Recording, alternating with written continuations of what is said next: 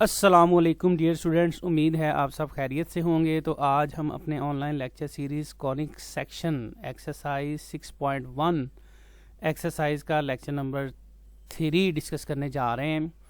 तो उम्मीद है आपने क्वेश्चन 1 और क्वेश्चन 2 की अच्छे तरीके से प्रैक्टिस कर ली होगी। अगर आपको किसी क्वेश्चन में प्रॉब्लम कोई मसला है तो आप डायरेक्ट मुझे मैसेज भी कर सकते हैं या क्लास में भी आप मेरे से डिस्कस कर सकते हैं। जो स्टूडेंट्स डायरेक्टली मेरे से पढ़ रहे हैं एकेडमी में या कॉलेज में, तो इंशाल्लाह मैं पूरी कोशिश करूँगा कि रिप्लाई करूँ। तो चलिए फिर इसका क्वेश्चन नंबर 1, 2, 3 हम पहले कर चुके हैं। क्वेश्चन नंबर 4 शुरू करते हैं। काफ़ी इंपॉर्टेंट क्वेश्चन है ये। हम फर्दर इक्वेशन ऑफ सर्कल मालूम करेंगे डिफरेंट किस्म की सिचुएशंस में। जैसे ए पार्ट में कहता है find an equation of circle passing through these 2 points and having centre at this line, जिसकी इक्वेशन उसने 4x - 3y -3 is equals to 0 दे दी है। तो इस तरह की सिचुएशन है कि ये सर्कल है, ये ए और बी सर्कल के ऊपर 2 पॉइंट्स हैं और ये एक लाइन है जिसकी इक्वेशन है ये 4x - 3y -3, और ये जो सेंटर है वो इस लाइन के ऊपर लाई कर रहा है। ठीक है, तो गिवन हमारे पास फिर हो गया ए पॉइंट जिसके कोऑर्डिनेट 3 और -1, बी पॉइंट जिसके कोऑर्डिनेट 0 और 1 है, और ये एक लाइन है 4x - 3y -3 बराबर 0। तो हमेशा की तरह हम सपोज कर लेते हैं कि जो सर्कल का सेंटर सी है वो एच और के के बराबर है, be the centre and r circle का रेडियस है। तो फिर हमें पता है कि ए से लेके सेंटर सी तक का फासला बी से लेके सेंटर सी तक का फासला बराबर होगा।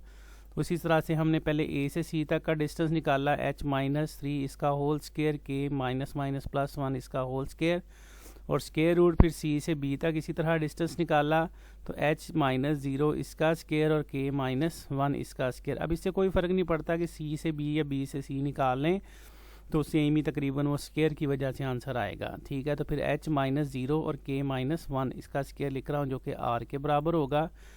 उसके बाद इन दोनों को हम स्क्वायर लेके दोनों तरफ स्क्वायर ले लिया हमने, तो दोनों के स्क्वायर रूट्स ख़त्म हो जाएंगे। तो h -3 इसका स्क्वायर k +1 इसका स्क्वायर बराबर ये h का स्क्वायर और k -1 का स्क्वायर रह गया। दोनों चूँकि r के बराबर, इनको आपस में बराबर कर लिया। अब इसका हमने स्क्वायर खोला तो ये इसका आंसर आ गया, इसका हमने स्क्वायर खोला तो ये इसका आंसर आ गया। h स्क्वायर और k -1 का स्क्वायर खोला तो ये k स्क्वायर -2k +1। तो पहले की तरह ये स्क्वायर h स्क्वायर से कैंसिल, ये इसी तरह से k स्क्वायर जो होगा ये k स्क्वायर से, ये ना इक्वल है, यहाँ पे ये 2 लाइनें थी ये एक लगी हुई है। तो बहरहाल h स्क्वायर से k स्क्वायर से कैंसिल, तो बाकी माइनस का 6h आ गया हमारे पास, और ये इधर से 4k और एक माइनस का 4k लेफ़्ट साइड पे आएगा। सॉरी, ये ठीक है, ये सारी वैल्यूज लेफ़्ट साइड पे शिफ्ट की हुई। बहरहाल इसको कैलकुलेट आप कर लें तो ये इधर से फिर प्लस का 4k है, ठीक है, और वो -4k इधर आएगा +4k हो जाएगा, तो 2k + 2k ये 4k बन जाएगा और +9। ठीक है, तो ये हमारे पास एक इक्वेशन बन गई जिसे हमने इक्वेशन नंबर 2 का नाम दे दिया। ये इक्वेशन नंबर 1 है हमारे पास। ठीक है, उसी तरह से अब दूसरी इन्फॉर्मेशन उसने ये दी हुई है कि जो सेंटर सी, ये वाला सी है, वो इस लाइन पे लाई कर रहा है। तो सी के कोऑर्डिनेट्स हमने h और k सपोज किए हैं, तो इसकी इक्वेशन को सेटिस्फाई करेंगे, यानी 4x की जगह पे h -3y की जगह पे k -3 बराबर 0 इक्वेशन बनेगी। यानी since C with coordinates h and k lies on the given line, तो लिहाजा ये इसकी इक्वेशन को सेटिस्फाई करेंगे। तो हमने इस इक्वेशन में ये जो इक्वेशन है इसके अंदर जो लाइन की इक्वेशन दी गई है x की जगह पे h लगा लिया, -3y की जगह पे, यानी ये जो इसने इक्वेशन दी है 4x की जगह पे h और 3y की जगह पे k हमने लगा दिया। ठीक है, ये दूसरी इक्वेशन बन गई हमारे पास। ठीक है, सॉरी, ये हमारे पास इक्वेशन आ गई 4x की जगह पे h -3y की जगह पे k लगा दिया, -3 बराबर 0। तो ये तीसरी इक्वेशन बन गई। तो ये दूसरी इक्वेशन, ये तीसरी इक्वेशन, इन दोनों को फिर हम क्या करेंगे, साइमल्टेनियसली सॉल्व कर लेंगे। तो ये इनके कोफिशिएंट्स को बराबर कर लेंगे जैसे आपको मुनासिब लगे।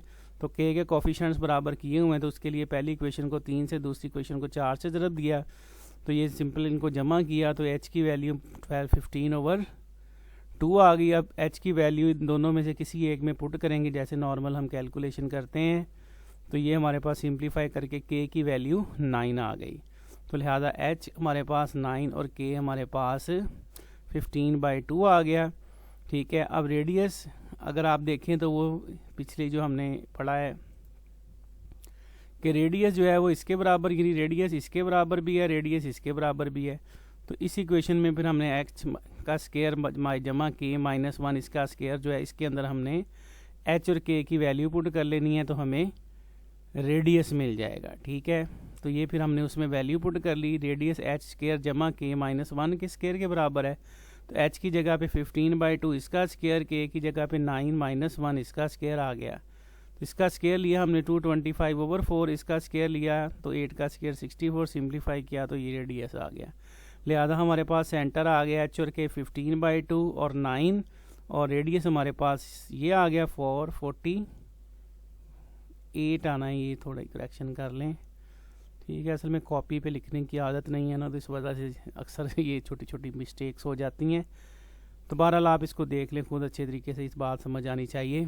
कैलकुलेशन आप खुद भी हैंडल कर सकते हैं। तो ये फिर हमारे पास आ गया, हम इसकी वैल्यू लगाई। अब इसको उसी तरह से इसका स्केयर खोला, ये आ जाएगा, इसका स्केयर खोला, ये आ जाएगा। इसी तरह से ये 488 जो भी आएगा, इसका स्केयर रूट से कैंसिल होकर लेफ़्ट साइड पे आया, 4 से मल्टीप्लाई करेंगे तो ये हमारे पास इक्वेशन ऑफ सर्कल आ जाएगी इस कंडीशन के मुताबिक। तो ये हो गया हमारा क्वेश्चन नंबर 4 का पहला पार्ट। अब इसी तरह इसका जो दूसरा पार्ट है वो हमारे पास है, ये सी से पहले ये है बी पार्ट। ठीक है, तो ये भी थोड़ा सा समझा देता हूँ, इसी तरह से आप खुद इसको कंप्लीट कर सकते हैं कि इक्वेशन ऑफ सर्कल निकालनी है आपने। Passing through the point A जिसके कोऑर्डिनेट्स -1, 3 और 1 है, और रेडियस जिसका 2 है, और सेंटर उसका इस लाइन पे है। यानी ए पॉइंट उसने हमें दे दिया है एक सर्कल के ऊपर -3 और 1, और उसके बाद रेडियस दे दिया है 2, और एक लाइन दे दी है जिसकी इक्वेशन 2x - 3y + 3 बराबर 0 है। और आपने क्या करना है, इसकी इक्वेशन निकालनी है। सेंटर जो है वो इस लाइन पे लाई कर रहा है। तो जैसे देखें, चूँकि रेडियस 2 के बराबर है, तो लिहाजा ए से पी तक का जो डिस्टेंस होगा ये 2 के बराबर होगा, या ए से पी तक के डिस्टेंस का जो स्केयर लेंगे तो वो 4 हो जाएगा। तो ये डिस्टेंस फार्मूला लगा लिए, h +3 इसका स्केयर, k -1 इसका स्केयर बराबर 4। तो दोनों तरफ ये स्केयर रूट से कैंसिल हो गई, ये चीज़ बन गई। उसके बाद इसका स्केयर लेंगे तो h स्केयर +6 h +9 इसका स्केयर लेंगे, k स्केयर -2k +1 बराबर 4। तो ये सिंप्लीफाई करके अरेंज किया तो ये हमारे पास इक्वेशन बन गई। अब दूसरी इन्फॉर्मेशन दे रहा है कि जो सेंटर P जिसके कोऑर्डिनेट्स h और k हैं वो इस लाइन पे लाई कर रहा है, तो लिहाजा इसकी इक्वेशन को सेटिस्फाई करेगा। यानी 2x की जगह पे h -3y की जगह पे k +3 बराबर 0 लिख सकते हैं इसे। ठीक है, अब यहाँ फिर मैंने क्या किया, इस इक्वेशन में से k की वैल्यू यानी h या k की वैल्यू जिसकी आसानी से निकल सकती है निकाल लें। तो 2h + 3, ये -3k उधर चला गया, जमा का 3k हो गया, तो 3 नीचे आके इधर डिवाइड हो जाएगा, तो k की वैल्यू ये हमारे पास आ गई। अब ये जैसे एक क्वाड्रेटिक और एक लीनियर इक्वेशन को हम सॉल्व किया करते थे, वैसे हम इसको सॉल्व करेंगे। तो ये फिर k की वैल्यू 2h + 3 जो है, इसको हम इक्वेशन नंबर इसके अंदर 1 में पुट कर लेंगे। ठीक है, तो ये फिर इक्वेशन क्या बन जाएगी, h का स्केयर प्लस k की जगह पे ये आ जाएगा 2h + 3 इसका ओवर 2 इसका होल स्केयर, और +6h - 2k की वैल्यू लगा दी +3, और ये इक्वेशन बनी। अब आगे इसको आप खुद सॉल्व कर लेंगे। ये थोड़ी सी ना ये एक पेज जो है वो डिस्प्लेस हो गया है, तो आप इसको फिर खुद आगे सॉल्व कर लें। इस तरह का आगे भी क्वेश्चन नंबर 3 और 4 भी हमने डिस्कस करना है, उसके अंदर भी आपको ये कैलकुलेशन की अच्छी तरीके से समझ आ जाएगी। तो इसको कंप्लीट आप खुद कर लें कि अब इसको सॉल्व करेंगे तो ये एंड पे आपके पास h में एक क्वाड्रेटिक इक्वेशन आएगी जिसके फैक्टर बनेंगे, तो h की 2 वैल्यूज़ आ जाएंगी। फिर उसी तरह दोनों इसमें पुट करेंगे, k की 2 वैल्यूज़ आ जाएंगी। तो 2 सेंटर्स फिर हमें मिलेंगे, रेडियस पहले से गिवन है, तो फिर 2 सर्कल की इक्वेशंस हम मालूम कर लेंगे। और भी इस तरह का एक सवाल आएगा, उसके अंदर भी इस तरह की कैलकुलेशन की एक्सप्लेनेशन हो जाएगी। तो चलिए फिर अगला सवाल हम करते हैं। अब अगला जो सवाल सी पार्ट ये है हमारे पास, ठीक है, इसमें भी हमने इक्वेशन ऑफ सर्कल निकालनी है। ठीक है ना, जो passing through the point A है जिसके कोऑर्डिनेट्स 5 और 1 है, और एक लाइन, अब उसने टेंजेंट लाइन दे दी है हमें कि एक लाइन है जो इसकी इक्वेशन है 2x - y - 10 बराबर 0, जो कि सर्कल के ऊपर टेंजेंट है एट द पॉइंट बी पे जिसके कोऑर्डिनेट 3 और -4 हैं। तो अब इस सर्कल की हमने इक्वेशन निकालनी है। अब सेंटर भी निकालना पड़ेगा, रेडियस भी निकालना पड़ेगा। तो हमेशा की तरह हमने सपोज कर लिया कि जो सेंटर C है वो h और k B the centre and r be the radius of the circle. ठीक है, और उसके बाद A सर्कल के ऊपर एक पॉइंट है 5 और 1, B भी सर्कल के ऊपर एक पॉइंट है, तो उसी तरह से A से C और B से C का फासला आपस में बराबर हो जाएगा। तो ए से सी का फासला वही h-5 इसका होल स्क्वायर प्लस k-1 इसका होल स्क्वायर, और बी से सी भी h-3 इसका whole square, k minus plus 4 इसका होल स्क्वायर, सारे का स्क्वायर रूट, और उसको सिंप्लीफाई करेंगे तो हमें एक इक्वेशन मिल जाएगी। ठीक है, ये है उसको सिंप्लीफाई किया हुआ। ठीक है, तो वही h-5 इसका होल स्क्वायर, k-1 इसका होल स्क्वायर, और ये बन गया। इन दोनों का दोनों तरफ स्क्वायर लिया तो स्क्वायर रूट कैंसिल हो गए। अब उसी तरह से इसका स्क्वायर खोला ये आ गया, इसका स्क्वायर खोला ये आ गया, इसका स्क्वायर हमने खोला ये आ गया, इसका स्क्वायर खोला ये आ गया, सबको लेफ़्ट साइड पे ले आए उसी तरह से। तो ये एच स्क्वायर से कैंसिल, के स्क्वायर से कैंसिल, बाकी एच और एच को जमा किया तो ये सिंप्लीफाई करके ये एक इक्वेशन बन गई। अब दूसरी इन्फॉर्मेशन हमें इसमें क्या दे रहा है कि दूसरी लाइन जो है वो टेंजेंट, तो किसी भी लाइन की इक्वेशन निकालने का फार्मूला आपको पता है कि -a/b होता है। तो लाइन हमें फिर कौन सी गिवन है, यहाँ से अगर देखें ये।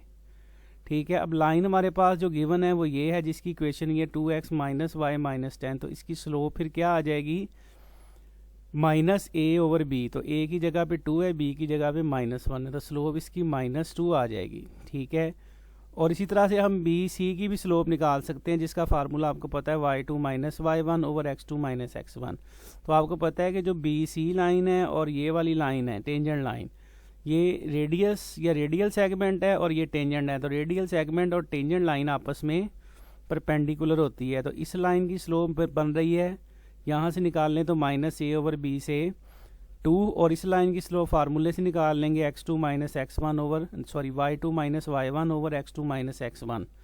तो दोनों की स्लोप आपको पता है, दो लाइनें परपेंडिकुलर हों तो उनकी स्लोप्स की प्रोडक्ट -1 के बराबर होती है। तो उससे फिर हम ये करेंगे, तो पहले slope of the given tangent line -a/b से 2 आ गई। आल्सो रेडियल सेगमेंट जो सी बी बन रहा है, अभी मैंने समझाया, उसकी स्लोप हुई y2 - y1 / x2 - x1 से k+4/h-3 आ गई। चूँकि रेडियल सेगमेंट परपेंडिकुलर होता है टेंजेंट लाइन के, लिहाजा इन दोनों की स्लोप्स की प्रोडक्ट -1 हो जाएगी। तो m1 पहले की स्लोप 2 है, दूसरे की ये है। अब उसी तरह इसको सिंप्लीफाई करेंगे, 2 को ज़रब दी, 2 के जमा 8, ये उधर जाके मल्टीप्लाई हुआ, इसको रेंज करके ये हमारे पास एक लाइन बन गई तीसरी। ठीक है, तो ये हमारे पास एक लाइन बन गई। तो अब उसी तरह से ये दूसरी एक इक्वेशन आ गई हमारे पास, तो दोनों को साइमल्टेनियसली, जैसे एक पहली इक्वेशन ये आ गई एच और के में, दूसरी ये आ गई, तो दोनों को उसी तरह साइमल्टेनियसली ऊपर नीचे लिख के कोफिशिएंट्स को बराबर करके सॉल्व करेंगे। यानी एच के कोफिशिएंट्स बराबर कर लिए तो के की वैल्यू 21/2 आ गई। अब के को वापस पुट करेंगे तो हमें अगली वैल्यू मिल जाएगी। के को वापस तीसरी इक्वेशन में पुट किया तो एच की वैल्यू -6 आ गई।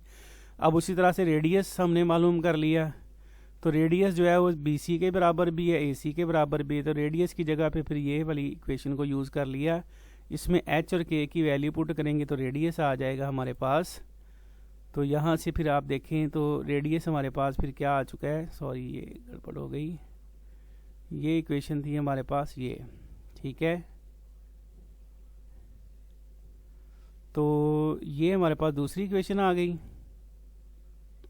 सॉरी ये कोई और क्वेश्चन आ गया है, दोबारा से आते हैं, ये आ गया। ठीक है, ये 2 पेज आगे चले गए। तो एच हमारे पास -26 है और आर हमारे पास फिर उसी तरह से उसमें पुट किया हमने। पहली क्वेश्चन में रेडियस इसके बराबर आ गया, एच की जगह पे ये और के की जगह पे 21/2 पुट करके सिंप्लीफाई किया तो ये रेडियस आ गया। तो लिहाजा सेंटर एच और के आ गया, रेडियस ये आ गया। तो आपको पता है इक्वेशन ऑफ सर्कल निकालने के लिए ये वाला फार्मूला यूज़ होता है, एक्स माइनस माइनस जमा एच किया तो ये 26 आ गया होल स्क्वायर, और वाई माइनस के की जगह पे ये आ गया और आर की जगह पे ये स्क्वायर वगैरह लेके सिंप्लीफाई किया तो ये हमारे पास इसका आंसर आ गया। तो इस तरह से हम ये वाला सवाल करेंगे क्वेश्चन नंबर 4। तो प्रैक्टिस आप इसकी करें, उम्मीद है अच्छे तरीके से आपको समझ आएगी। फिर भी कोई बात ना समझ आई तो आप मेरे से पूछ सकते हैं। तो डी पार्ट भी इसी तरह से, ये काफ़ी ज़्यादा थोड़ा सा ना लंबा सवाल है, कॉम्प्लिकेटेड है, तो बहरहाल देखें। अब ए बी सर्कल के ऊपर 2 पॉइंट्स हैं और ये लाइन सिंपल बता रहा है कि टेंजेंट टू द सर्कल है। अब इसमें ये खास चीज़ ये है कि ये बताया नहीं हुआ कि किस पॉइंट, पिछला जो था ना सवाल उस पर एक पॉइंट दे दिया था जिस पर टेंजेंट लाइन थी, इसमें उसने बताया ही नहीं है कि कहाँ पे टेंजेंट लाइन है। तो इसलिए इसकी थोड़ी कैलकुलेशन अजीब सी और लंबी सी हो जाएगी। बहरहाल देखें तो हमेशा की तरह सी को फ़र्ज़ कर लिया कि एच और के इसके कोऑर्डिनेट्स भी द सेंटर और आर उसका रेडियस है। अब चूंकि 2 पॉइंट्स दिए हुए तो सी का फासला ए से सी का फासला बी से बराबर करेंगे और हमें ए की इक्वेशन मिल जाएगी। ठीक है, उसी तरह से सी का फासला ए के सी का फासला बी से बराबर किया, उसी तरह ये डिस्टेंस फार्मूले वगैरह लगा के सिंप्लीफाई किए, ए की इक्वेशन उसने इधर ही छोड़ ली है। ठीक है, तो उसके बाद आ जाता है एक फार्मूला, आपने चैप्टर 4 में पढ़ा हुआ है, ये लिखा हुआ है यहाँ पे कि अगर P कोई सा भी पॉइंट हो जिसके कोऑर्डिनेट्स x1 और y1 हो और ये लाइन हो जिसकी इक्वेशन ax जमा by जमा c बराबर 0 हो, तो पॉइंट P से लाइन तक का डिस्टेंस निकालने का फार्मूला d होता है हमारे पास a x की जगह पे ये पॉइंट x1, b y की जगह ये वाला पॉइंट y1 प्लस c इसका मॉड और नीचे a स्क्वायर जमा b स्क्वायर। 4.3 एक्सरसाइज के आखिरी सवालों में ये वाला फार्मूला आपने यूज़ किया था। तो इस फार्मूले से भी हम इसका रेडियस निकाल सकते, यानी ये दोनों ए सी बी सी भी रेडियस के बराबर होंगे। और रेडियस निकालने का एक फार्मूला ये भी हो सकता है हमारे पास, ये ठीक है, कि पिछले पेज पे आया हूँ मैं, कि ये 2 पॉइंट्स दे दिए जिससे हमने ए से सी और बी से सी को बराबर किया, तो वो हमारे पास इक्वेशन बन गई। अब दूसरी आपको पता है कि ये पॉइंट है और ये टेंजेंट लाइन है। ठीक है, तो इस पॉइंट सी से जो टेंजेंट लाइन तक का फासला है वो भी तो रेडियस के बराबर होगा। तो उसी तरह से फिर हम क्या करेंगे, point two line distance formula लगाएंगे, x की जगह पे c जमा 3 y की जगह पे k और -3 इसका मॉड आएगा और नीचे स्क्वायर रूट आएगा x का कोफिशिएंट a1 इसका स्क्वायर जमा y का कोफिशिएंट 3 इसका होल स्क्वायर। तो ये वाला फार्मूला यहाँ पे हमने यूज़ किया है। तो रेडियस बराबर x की जगह पे h जमा 3 y की जगह पे k, ठीक है, और -3 इसका मॉड नीचे x का कोफिशिएंट 1 इसका स्क्वायर y का कोफिशिएंट 3 इसका स्क्वायर। तो सिंप्लीफाई किया तो ये हमारे पास रेडियस आ गया है। तो पहले हम इस इक्वेशन को सॉल्व कर लेते हैं। तो उसके लिए इसको दोबारा हमने लिख लिया, दोनों तरफ स्क्वायर लिया, स्क्वायर रूट उड़ गया, उसी तरह इसका स्क्वायर वगैरह खोल के ये बन गया, इन दोनों का स्क्वायर खोल के ये बन गया, h स्क्वायर से k स्क्वायर से कटेगा, जो h वाले जमा होके ये बन जाएगा, k वाले जमा होके ये बन जाएगा, कांस्टेंट्स को जमा करके ये बन गया, -4 से डिवाइड किया तो ये हमारे पास एक इक्वेशन बन गई। ठीक है, अब दूसरी इन्फॉर्मेशन ज़रा ध्यान से देखें कि अब ये भी रेडियस के बराबर है, ये भी रेडियस के बराबर है, ये भी रेडियस के बराबर है। तो इसको फिर हम इसके बराबर भी लिख सकते हैं, इसको इसके बराबर भी लिख सकते हैं। तो जो आपको आसान लगे, तो मैंने इसको ये h-1 इसके बराबर लिखा है, h-1 इसका स्क्वायर, यानी ये भी रेडियस के बराबर है, ये भी रेडियस की, तो इसको आपस में बराबर कर दिया। ठीक है, तो इन दोनों को आपस में बराबर करके अब इसको बड़े ध्यान से सिंप्लीफाई करना पड़ेगा कि ये स्क्वायर रूट है, इसका स्क्वायर रूट ख़त्म करने के लिए दोनों तरफ स्क्वायर लेंगे, तो ये तो स्क्वायर रूट उड़ गया, लेकिन इसके ऊपर भी स्क्वायर आएगा, नीचे 10 के स्क्वायर रूट पे स्क्वायर आया तो अकेला 10 रह गया। अब इसका तो स्क्वायर हम सिंपल खोल देंगे, ये इसका, जबकि इस पे फार्मूला a जमा b जमा c का होल स्क्वायर लगेगा, यानी a स्क्वायर जमा b स्क्वायर जमा c स्क्वायर माइन जमा 2ab जमा 2bc जमा 2ca। ठीक है, तो वो वाला फार्मूला काफ़ी बड़ा सा फार्मूला लगेगा। तो ये वाला नीचे वाला 10 इधर आगे मल्टीप्लाई करा लिया हमने, तो ये फिर आ गया हमारे पास, उसी तरह फार्मूला लगा लिया, a स्क्वायर जमा b स्क्वायर जमा c स्क्वायर जमा 2ab जमा 2bc जमा 2ca, और इन दोनों का स्क्वायर खोला ये आ गया, इनका स्क्वायर खोला ये आ गया, 10 को अंदर मल्टीप्लाई किया, ये वैसे ही लिख लिया, सबको लेफ्ट साइड से राइट से उठा के लेफ्ट साइड पे ले आए, अरेंज कर लिया, सिंप्लीफाई किया, तो ये इक्वेशन बन गई। तो जैसे वो पीछे मैंने क्वेश्चन नंबर 2 बताया था ना कि सेम आप आगे कर लेंगे, वो यहाँ से वो कैलकुलेशन शुरू हो रही, जैसे यानी ये जो आगे वाली कैलकुलेशन हम करेंगे ना, सेम वो पीछे क्वेश्चन जो इसका बी पार्ट है जो मैंने मिड में छोड़ा था, जिसका मैंने बताया था पेज कहीं डिस्प्लेस हो गया है, तो वो बिल्कुल इस जैसी कैलकुलेशन होगी जैसे ये हम आगे करेंगे। ठीक है, तो अब उसी तरह से ये एक इक्वेशन क्वाड्रेटिक आ गई और ये हमारे पास एक लीनियर इक्वेशन जो पीछे हमने वो h की वैल्यू निकाली हुई है। ठीक है, तो क्वेश्चन नंबर 3 में से ये पीछे हमने जो निकाली है h की वैल्यू, इधर ये भाई, ठीक है, h की वैल्यू ऑलरेडी हम निकाल चुके हैं, तो वो इसके अंदर फिर हम यूज़ कर लेंगे। ठीक है, तो इसको फिर आगे सिंप्लीफाई करते हैं, ये h की वैल्यू जो आई है इसको पुट कर लेंगे क्वेश्चन नंबर इसके अंदर, तो ये फिर h की जगह पे इसकी वैल्यू आ गई, -14 h की जगह इसकी वैल्यू आ गई, बाकी वैसे ही। अब इसका स्क्वायर खोला ये आ गया, ठीक है, इसको अंदर मल्टीप्लाई किया, सिंप्लीफाई किया, कर करा के ये हमारे पास एक के में क्वाड्रेटिक इक्वेशन आ गई, जिसके हम 25 से डिवाइड किया, ये बन गई। फैक्टर बनाएंगे तो के की 2 वैल्यूज़ आ जाएंगी। ठीक है, के की दोनों वैल्यूज़ को बारी बारी इक्वेशन नंबर इसके अंदर जो जो हमारे पास h की वैल्यू आ रही है इसके अंदर पुट करेंगे तो h की भी 2 वैल्यूज़ आ गई, तो लिहाजा हमारे पास यहाँ से 2 सेंटर्स आ जाएंगे। अब रेडियस निकाल लिया, अब जो h और k हमने इसमें से निकाला उससे रेडियस ये आ गया, तो दूसरे में से h और k हमारे पास आया उससे रेडियस ये आ गया, तो लिहाजा एक रेडियस सेंटर ये और रेडियस ये आ गया, दूसरा सेंटर ये और रेडियस ये आ गया। तो उससे फिर हमें 2 सर्कल की इक्वेशन मिल जाएंगी, एक x-14 और y-13 इसका स्क्वायर और ये इसका रेडियस आ गया। इसी तरह इस तरह से दूसरी, तो जो इसका बी पार्ट है वो भी बिल्कुल इसी तरह से जैसे ये 2 सर्कल की इक्वेशंस आई हैं वैसे सॉल्व करेंगे। तो ये चौथा पार्ट काफ़ी ज़्यादा लेंथी हो गया। अक्सर खुलासे वगैरह जब आप देखें ना कोई भी की बुक, तो उस पर लिखा हुआ है कि दिस स्टेटमेंट इज इनकम्प्लीट, ये सवाल करवाया ही नहीं हुआ। तो जितने भी आप की बुक्स देखेंगे ना उस पर ये सवाल किया ही नहीं हुआ 4th पार्ट। अगर आप इसको छोड़ना चाहें तो छोड़ भी सकते हैं, काफ़ी ज़्यादा लेंथी सवाल है, लेकिन पहले तीनों पार्ट्स आपने बड़े अच्छे तरीके से इसके करने हैं, पहला, दूसरा और तीसरा। लॉन्ग के लिए ये तीनों की तीनों बड़े ही इंपॉर्टेंट क्वेश्चंस हैं। तो चलिए आज का लेक्चर फिर काफ़ी लेंथी हो गया है, तो इसकी प्रैक्टिस करें, फिर जो भी मसला प्रॉब्लम होगा वो फिर हम क्लास में भी डिस्कस कर सकते हैं मेरे से आप, या वैसे मुझे मैसेज कर दें तो इंशाल्लाह मैं उसका पूरी कोशिश करूँगा रिप्लाई जल्द से जल्द कर दूँ।